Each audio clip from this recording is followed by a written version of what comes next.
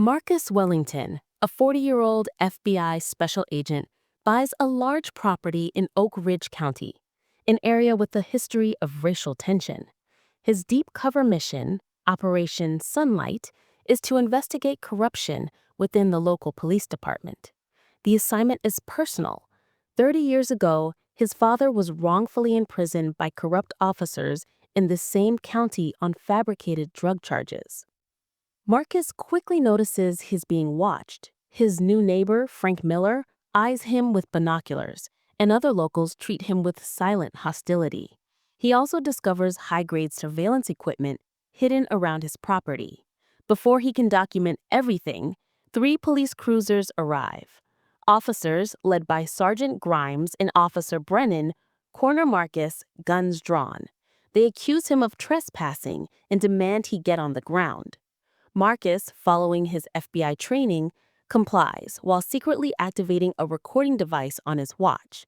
They then find a bag of narcotics in his truck, which Marcus immediately recognizes as planted evidence. As he's being arrested, Sergeant Grimes whispers a racist threat, confirming Marcus's suspicions about the true nature of their actions. Marcus is taken to the Oak Ridge County Police Station. The drive is silent, but he overhears the officers mention the mayor's project. At the station, the officers try to humiliate him during the booking process.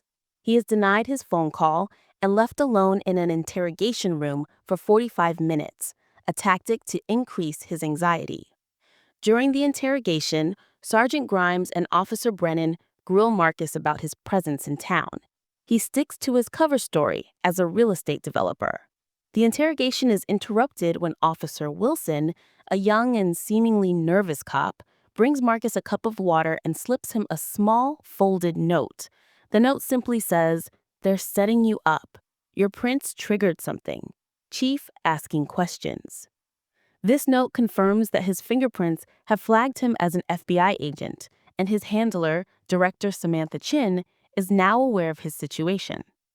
Soon after, Chief Harper enters and abruptly ends the interrogation, arguing with Grimes and Brennan in his office. He is furious that the officers have detained the federal agent. Marcus uses this time alone to send a signal to Director Chin, indicating he's detained but not in immediate danger. Just as Wilson returns to whisper that Director Chin is on her way with a federal warrant, the commotion of the FBI's arrival fills the station. Director Samantha Chin arrives at the Oak Ridge County Police Station with a team of FBI agents. Her commanding presence and the federal warrants she carries immediately dismantle the power structure that had been in place. The local officers, including Sergeant Grimes and Officer Brennan, are stunned into silence. Director Chin approaches Marcus, now openly referring to him as Agent Wellington.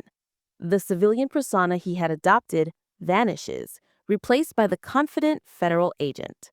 Marcus tells Grimes to remove his handcuffs, pointedly noting that he doesn't want to add unlawful detention of a federal officer to the list of charges.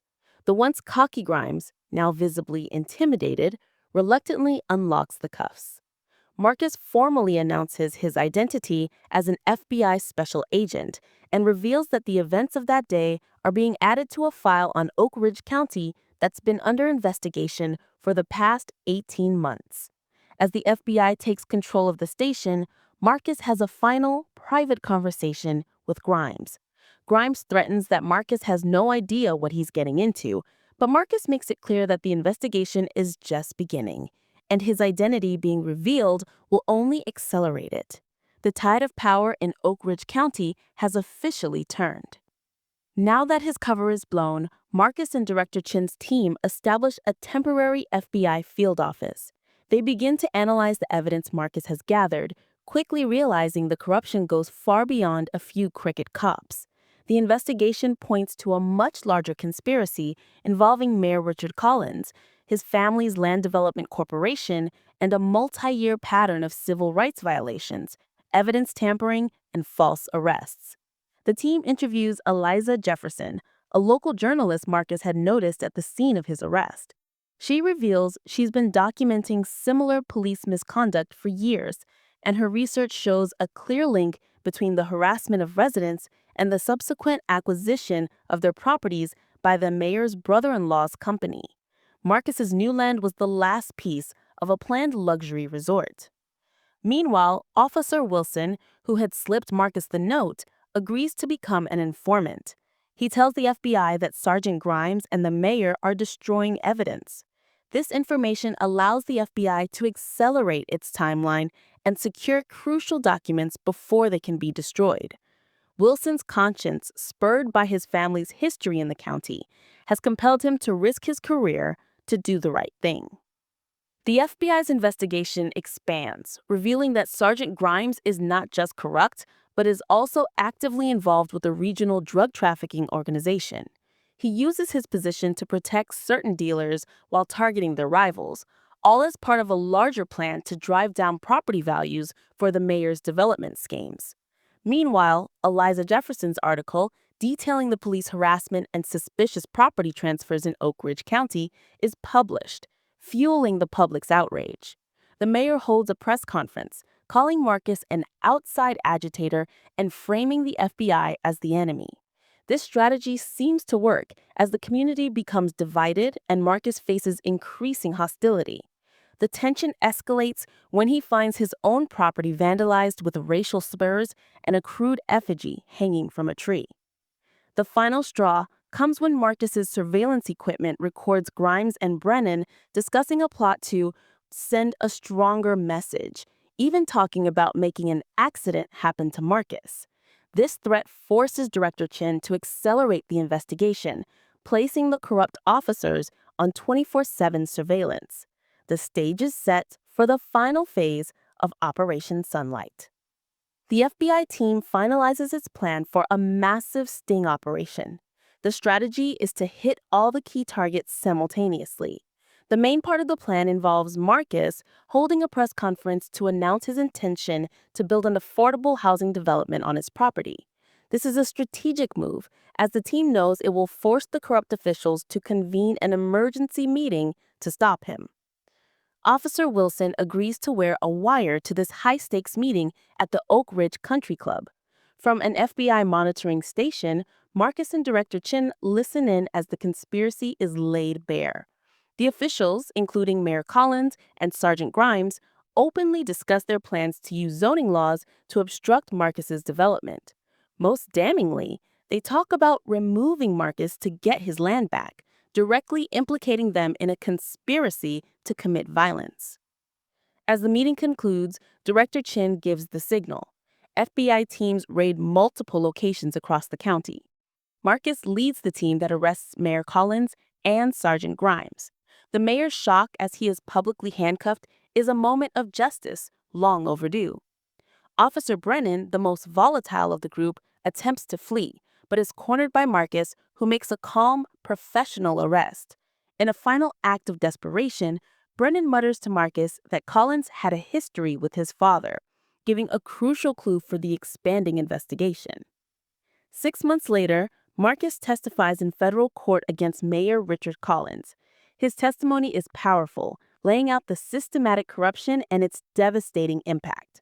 During the trial, a crucial piece of evidence is presented: a memo from Collins to the former police chief dated 3 days before Marcus's father's arrest, labeling him as a problem requiring immediate attention. This document proves the direct link between Collins and the false charges that ruined Jonathan Wellington's life. Marcus's professional composure is tested, but he stands strong as he confirms that his father's 8 years in prison and ruined life were a result of the defendant's actions. Collins and all the other main defendants are found guilty.